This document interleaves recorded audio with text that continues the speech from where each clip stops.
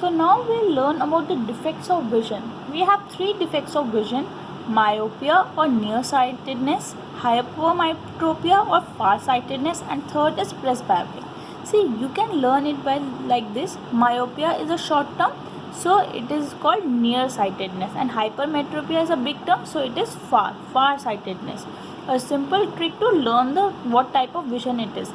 Myopia is nearsightedness, that means we are able to see nearby objects but far objects we cannot see clearly. Hypermetropia, we are able to see far objects but near point, that means less distance, nearby objects we cannot see clearly. So first we will discuss about myopia. Here it is nearsightedness, that means we can see nearby objects clearly but cannot see distant objects distinctly. That means our far point is nearer than infinity.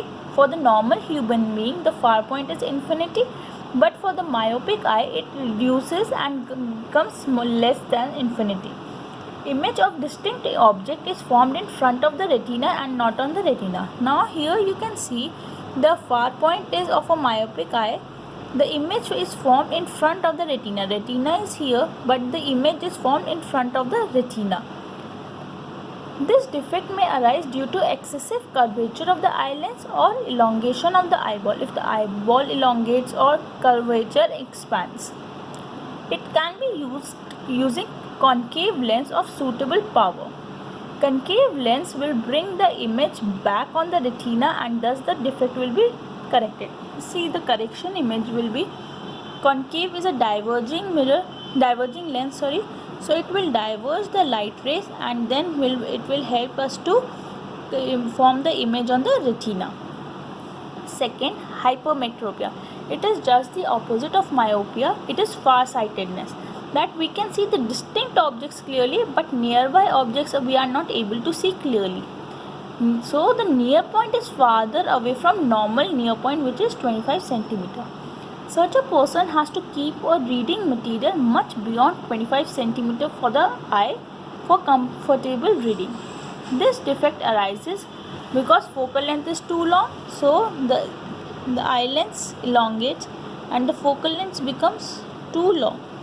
The eyeball becomes too small, or the eyeball here is too small.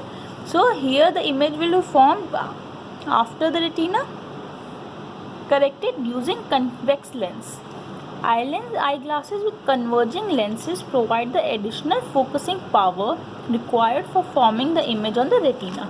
Here you can see the diagram. It is the near point of the hypermetropic eye. So the image is formed behind the retina. If we correct it by using a convex lens, the image is formed on the retina. N is the near point of a hypermetropic eye and N dash is the near point of a normal eye. This diagram is very important. You understand what is happening here. When the hypermetropic eye is there, the image was formed behind the retina. We have corrected it by using convex lens. So the third is presbyopia. Presbyopia means the power of accommodation usually decreases with aging. For most people, near point gradually recedes away. They find it difficult to see nearby objects comfortably and distinctly without corrective eye lenses. It is happening because the ciliary muscles weaken and diminishes the flexibility of the eye lens. So presbyopia usually occurs in the old age and their near point reduces. A person may suffer from both myopia and hypermetropia, so the both lenses should be required for them, because myopia we can correct it by using concave lens and hypermetropia is corrected using convex lens. So if a person is suffering from both the diseases, both the defects, both type of mirror lenses would be used. So the upper portion consists of a concave lens. It facilitates distant vision, and the lower part is a convex lens which facilitates near vision. These days, refractive defects are corrected with contact lenses or through surgical interventions. So we have questions on page 190. What is the power of accommodation of the eye?